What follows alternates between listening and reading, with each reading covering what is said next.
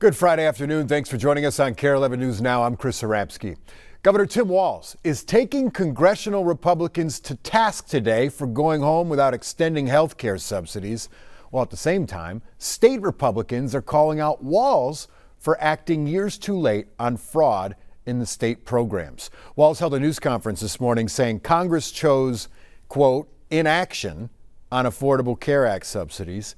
Minnesota has more than 130,000 people enrolled in healthcare marketplace, and more than 80,000 receive federal tax credits. At that news conference, reporters also pressed Walz on yesterday's announcement of fraud charges involving abuse of state programs. The governor said he accepts accountability, but says his office has done more to stop fraud than the public knows. What they didn't tell you yesterday is that June I was given the authority to stop payments. The ones that stood up there yesterday and the folks they were talking about on the housing stabilization grants, we stopped payment on them in July and turned the case over to law enforcement to prosecute.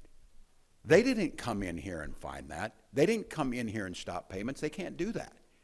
But what they didn't tell you is we're partners in this, and they didn't tell you because they don't tell us. And it's been very clear that this is being driven from D.C., and I acknowledge it. Again, you're going to hear this from me. You didn't hear it the other night in a presidential address. This is on my watch. I am accountable for this, and more importantly, I am the one that will fix it. Just to correct the record, too, it was not the Walz administration that found the fraud. It was A.J. Legault and his partners at KARE 11 Investigates that found the fraud in the housing stabilization program. Just correcting the record. State officials challenged federal prosecutors' claims that fraud in the state could total billions of dollars. And they said the assistant U.S. Attorney for Minnesota said the fraud could be $9 billion, half of $16 billion, he said. But they say they don't have evidence to support that, is what state-level Democratic actors are saying, that level of fraud is not supported with any evidence. But the state admits that it could be in the tens of millions, is what they say.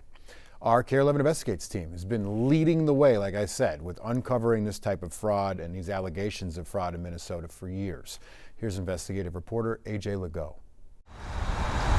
In an early morning raid, federal agents descended on a Bloomington strip mall. The target? Ultimate Home Health Services. The company, no stranger to KARE 11 Investigates. Just last month, we exposed how a mentally ill man named Rick Clemmer died and wasn't found for an entire day. He's got rigor and lividity, so he's been deceased for a long amount of time. While at the same time, Ultimate Home was billing taxpayers hundreds of thousands of dollars, claiming they provided Rick 12 to 13 hours of direct service every day. A worker caught on police body cam admitting that was not true. He is one of the most independent, residents here. So we don't got to do that much checking on him. The federal search warrant of the company headquarters cites KARE 11's investigation. Agents hauled out computers and boxes of evidence, part of what federal prosecutor Joe Thompson called a new massive investigation into ICS program fraud. In all, since 2021, Medicaid has paid out more than $400 million to Minnesota providers of ICS. Thompson also announced 5 new indictments of housing stabilization providers, including Hassan Hussein and Ahmed Mohammed, the owners of Pristine Health, a company KARE 11 exposed billing Medicaid claiming to help Ben and Haley Gutowski find housing. They just billed us for nothing. Do you have anything to say to the Gutowski family? KARE's investigation exposed how, using what appeared to be forged client records, Pristine Health partnered with another HSS company called Foundation First, whose owners have already been indicted for fraud. The new charges allege Pristine and Foundation First worked together to fabricate housing-focused plans, then use them to submit false claims, spending much of the proceeds on extensive foreign travel. Any comment on the allegation your company is accused of forging client signatures? Anthony Jefferson, the owner of another housing stabilization company called Chosen Runner, was also indicted in a case Thompson labeled fraud tourism. Except for they heard that Minnesota and its housing stabilization services program was easy money. Jefferson lives in Philadelphia and on social media portrays a life of opulence, luxury cars, and designer clothes. Investigators claim he and a partner set up shell companies and billed Minnesota Medicaid $3.5 million for doing no real work. They came here because they knew and understood that Minnesota was a place where taxpayer money could be taken with little risk and few consequences. Again, that's AJ Legault. We have all of KARE 11's fraud coverage going back years on our website. You can head to KARE11.com/fraud. A sentencing hearing is happening this afternoon for a now former Hudson, Wisconsin elementary school teacher. Madison Bergman faces up to 12 years in prison after pleading guilty to sexual misconduct with a 5th grade student. Investigators said that they found, get this, more than 35,000 text messages between Bergman and the 11-year-old boy. Bergman admitted to trying to isolate him in a secluded place.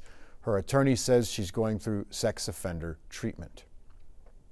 A top White House official says some but not all of the Epstein files will be released by today's deadline. Officials are required to release all files related to convicted sex offender Jeffrey Epstein's case by the end of today. The Justice Department said, quote, several 100,000, end quote, files will be released today, but the rest will come out in the next few weeks. Democratic leaders say failure to meet the deadline is breaking the law. The documents are expected to include grand jury testimony, investigative records, and other materials usually shielded from public view. And they could shed light on Epstein's connections to the wealthy and powerful, including Presidents Trump and Clinton. Investigators in Rhode Island are now turning their attention to understanding a motive behind last weekend's shooting at Brown University. This comes after the suspected gunman was found dead last night at a storage facility in New Hampshire. We have the latest today from the NBC station in Providence.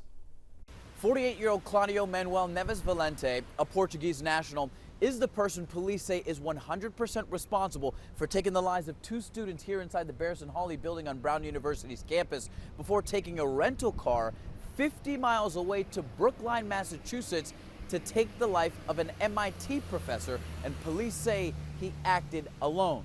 This was the result of a multi-day, multi-state investigation, and in the end, police say they found Neves Valente dead, a self-inflicted gunshot wound inside a storage unit in Salem, New Hampshire. Our sources uncovered he initially came to the United States 25 years ago on a student F1 visa and was a PhD student here at Brown University, but he formally withdrew before graduating. He then later obtained lawful permanent residency in April 2017.